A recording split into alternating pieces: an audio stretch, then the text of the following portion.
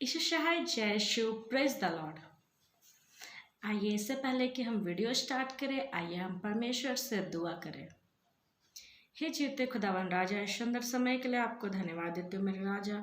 आज के इस सुंदर समय में प्यारे पिता, जब हम आपके इस पवित्र वचन को सुनने पाते हैं प्यारे पिता, इस समय को प्रभु आपके हाथों में सौंप देते हो। आप हमारे प्रत्येक जन को आपके छेदे हाथों में सौंपते हूँ प्यारे पिता। आप एक एक के साथ हो ले जाएगा, एक के संगति में हो ले जाएगा प्यारे पिता। हम आपसे दुआ करते हैं कि अपने स्वर्गीय भंडार से आप हमें हर एक जन को बुद्धि प्रदान कीजिएगा, ताकि हम आपके सुंदर वचन को सुनने पाएंगे, जानने पाएंगे और इसे मनन करने पाएंगे। और प्रभु आप हमारे एक के साथ हो लीजिएगा प्रभु, इस वचन की गहराई को हमारे एक जन जानने पाएंगे प्यारे पिता। आप हमारे एक के साथ हो लीजिएगा और प्रभु आप अपने पवित्र लहू से हमारे एक को धो शुद्ध पवित्र कर दीजिएगा। आगे का शासन को आपके हाथों में सौंप देती हो। प्रार्थना आपके बेटे हमारे उद्धार करता प्रभु यीशु मसीह के मीठे नाम से मांगते हो, सुनिए और स्वर्ग के राज में ग्रहण कीजिए, आमीन।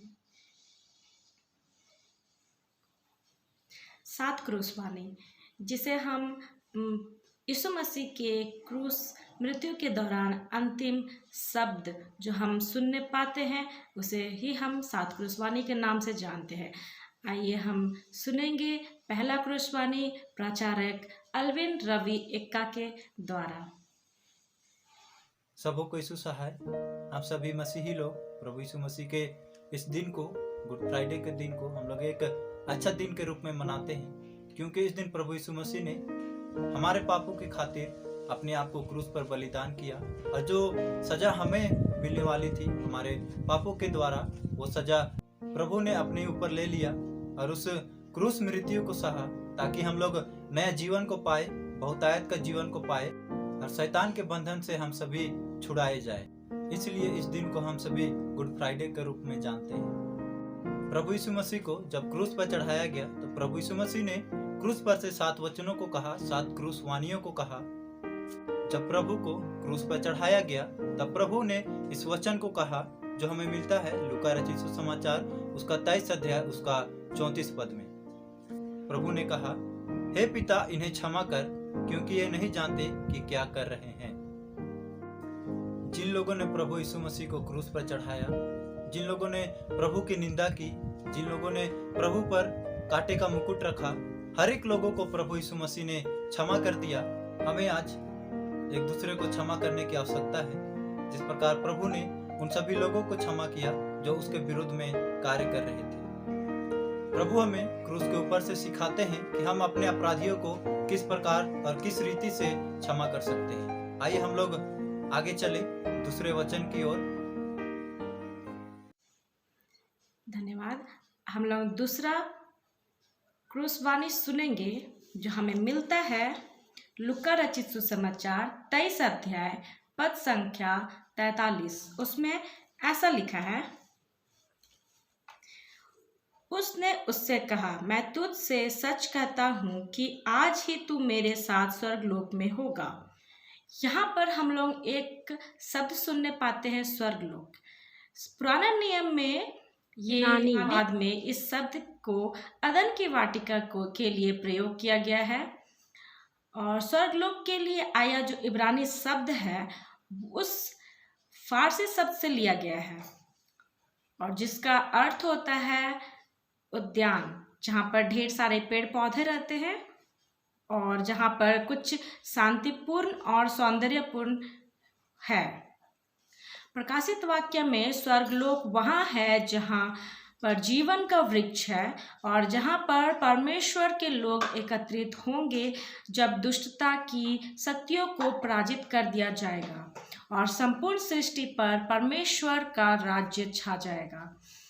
इस वचन में हम देखने पाते हैं कि यीशु मसीह के अगल बगल 2 अपराधी थे। उनमें से एक ने अपने मन को परिवर्तन करके यीशु मसीह से कहा, क्योंकि वो जान चुका था कि यीशु मसीह ही सच्चा न्याय है और यीशु मसीह ही उनके बलिदान के द्वारा ही हमारे पापों से हमें छुटकारा मिलेगा। इसीलिए उसने अपने मन को तुरंत पश्चाताप किया और यीशु मसीह से उसने दुआ की, और यीशु मसीह ने उन्हें तुरंत कहा कि आज ही तुम मेरे साथ स्वर्गलोक में होगा। क्योंकि यीशु मसीह को बचाने के लिए जो सामर्थ है उस सामर्थ को उस अपराधी ने अनुभव किया था। आइए हम तीसरा क्रूसवाणी सुनेंगे। तीसरा क्रूसवाणी हमें मिलता है यूहन्ना रचित सुसमाचार अध्याय 19 पद संख्या 26 और 27। उसमें ऐसा लिखा है, जब यीशु ने अपनी माता और उस चेले को जिससे वह प्रेम रखता था पास खड़े देखा तो अपनी माता से कहा, हे नारी, देख, यह तेरा पुत्र है। तब उसने चेले से कहा, यह तेरी माता है। और उसी समय से वह चेला उसे अपने घर ले गया। यीशु मसीह को जब क्रूस के लिए, मृत्यु के लिए ले जाया जा रहा था, जो उस समय पृथ्वी में यीशु मसीह की माता जो थी उनका नाम मरियम था, जो यीशु के पीछे पीछे उनके हर एक दुख, हर एक तकलीफ को वो देखते हुए जा रही थी। और जहाँ पर यीशु मसीह के को क्रूस मृत्यु के लिए ले जाया जा रहा था, उस पूरे रास्ते में और यीशु मसीह की जो कठिन परिस्थिति थी, परीक्षा जो चल रही थी, हर एक समय में उनकी माता उनके साथ में थी। तो यहाँ पर हम लोग देखने पाते हैं कि जिन्होंने उन्हें शांति दी थी, मतलब जो यीशु मसीह की माँ थी मरियम, उन्हें जिन्होंने शांति दी थी उनमें से एक यूहन्ना था और बाकी 3 स्त्रियां थी। 3 स्त्रियों में से पहली जो थी वो मरियम की बहन सलोमी थी, जो जब्दी की पत्नी थी और प्रेरित याकूब और यूहन्ना की माँ थी। दूसरी स्त्री जो थी वो दूसरी मरियम थी, जो क्लोपास की पत्नी और याकूब और योसेस की माँ थी। तीसरी जो स्त्री थी, एक और मरियम थी, जो गलील में मगदला नगर से आई थी, जिसे हम मरियम मगदलिनी के नाम से जानी जाती थी। पहले तो ये तीनों स्त्रियां क्रूस से बहुत दूर में खड़ी थी, लेकिन बाद में वो पास में आकर मरियम को वो सांत्वना दे रही थी, उन्हें वो दिलासा दे रही थी। आइए हम चौथा क्रूसवाणी सुनेंगे, जो हमें रेवरेंड नीलेश मिंज के द्वारा हम लोग सुनेंगे।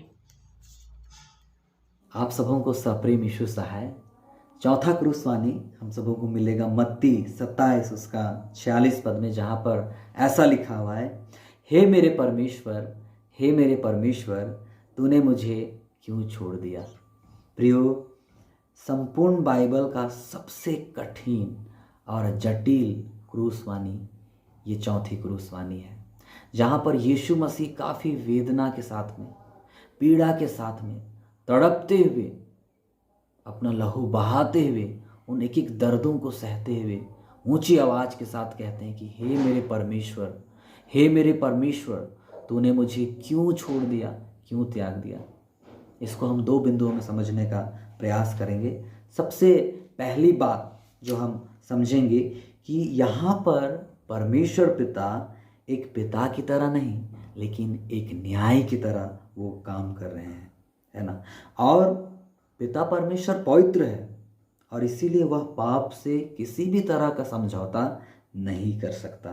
और इसीलिए जब यहाँ पर हम देखने पाते हैं कि यीशु निष्पाप था, तो वह हमारे लिए पाप बन गया, क्योंकि वह हमारे पापों के बोझ से लदा हुआ था। इस बात को 2 कोरिन्थ उसका 5 उसका 21 पद में देखने पाते हैं। और इसीलिए ये अनिवार्य था कि पिता उससे अपना मुंह को मोड़ ले और यीशु पापों की जो मजदूरी अर्थात जो मृत्यु थी उसको वो चुकाए। और दूसरी बात जो थी कि प्रभु यीशु मसीह जो था उसके कारण पिता ने अपना मुंह को नहीं मोड़ा था, लेकिन पिता परमेश्वर ने आपके और मेरे पापों का जो बोझ यीशु ने उठाया था, उस कारण उसने अपना मुंह को मोड़ लिया था। तो ये 2 बातों को जब हम देखने पाते हैं तो इस बात से हम समझने पाते हैं, क्योंकि इस समय में यीशु पूरे जगत का, करोड़ों लोगों का, लाखों जितने भी लोग हैं, अरबों खरबों लोगों का पापों का बोझ अपने कंधों पर उठाया था और इसीलिए वो पाप बन गया था। और इसीलिए परमेश्वर पिता ने उसको छोड़ दिया था। और तब यीशु ऐसा अनुभव करता है कि मैं अकेला हूँ, और तब वो चौथी क्रूसवाणी को कहते हैं कि हे परमेश्वर, हे परमेश्वर, तूने मुझे क्यों त्याग दिया। धन्यवाद। धन्यवाद। हम लोग 5वां क्रूसवाणी सुनेंगे जो हमें मिलता है यूहन्ना रचित सुसमाचार अध्याय 19 पद संख्या 28। उसमें ऐसा लिखा है, इसके बाद यीशु ने यह जानकर कि अब सब कुछ पूरा हो चुका, इसलिए कि पवित्र शास्त्र में जो कहा गया वह पूरा हो, कहा, मैं प्यासा हूँ। यीशु मसीह परमेश्वर के समान है और क्योंकि हम लोग बहुत सारे जगह में देखते हैं कि पिता पुत्र पवित्र आत्मा एक ही है, पर उस समय यीशु मसीह परमेश्वर से अलगाव को महसूस किया और वो अपनी जो इच्छा थी, अंतिम वचन थी, उसे वो परमेश्वर के सामने और बहुत जो लोग वहाँ पर उपस्थित थे हर एक लोगों को से चिल्ला कर या फिर जोर से बोलना चाहते थे, इसलिए उन्होंने कहा, मैं प्यासा हूँ। आइए हम लोग 6वां क्रूसवाणी सुनेंगे जो हमें मिलता है यूहन्ना रचित सुसमाचार अध्याय 19 पद संख्या 30। उसमें ऐसा लिखा है, जब यीशु ने वह सिरका लिया तो कहा, पूरा हुआ, और सिर झुकाकर प्राण त्याग दिए। उस समय ऐसा होता था कि दाखरस जो हमें मिलता था, दाखरस या फिर सिरका, जिसमें वो लोग गाल नाम की दवाई को उसमें मिला करके उन जो लोग क्रूस मृत्यु के दौरान जो दुख को, जो दर्द को वो लोग सहते थे, उस समय वो इस मिश्रण को, इस सिरके को लोगों को पिलाते थे, जिससे कि कुछ समय के लिए या फिर काफ़ी हद तक उनका जो दर्द, उनका जो पीड़ा है वो कंट्रोल होता था। उस पीड़ा को थोड़ा सा कंट्रोल करने के लिए वो लोग उस सिरका को पिलाते थे। तो यहाँ पर हम लोग इस वचन में हम लोग देखने पाते हैं कि यीशु मसीह का जो शब्द है वो परमेश्वर के द्वारा जो उन्हें जो आज्ञा दी गई थी, यीशु मसीह ने हर एक उस काम को पूरा किया। इसलिए यहाँ पर हम लोग देखने पाते हैं कि पूरा हुआ, क्योंकि ये भविष्यवाणी पहले से ही कर दी गई थी कि यीशु मसीह का क्रूस मृत्यु होगा। और यीशु मसीह जब पृथ्वी में थे तो परमेश्वर ने उन्हें बहुत सारी आज्ञाओं को दिया और यीशु मसीह उन आज्ञा को, उन वचनों को हम हर एक जन तक पहुंचाते थे और परमेश्वर के दी हुई हर एक बातों को यीशु मसीह ने पूरा किया था। इसीलिए वहाँ पर हम लोग यीशु मसीह के मुंह से सुनने पाते हैं कि पूरा हुआ। आइए हम 7वीं और अंतिम क्रूसवाणी को सुनेंगे जो हमें मिलता है लूका रचित सुसमाचार अध्याय 23 पद संख्या 46। उसमें ऐसा लिखा है, और यीशु ने बड़े शब्द से पुकार कर कहा, हे पिता, मैं अपनी आत्मा तेरे हाथों में सौंपता हूँ, और यह कहकर प्राण छोड़ दिए।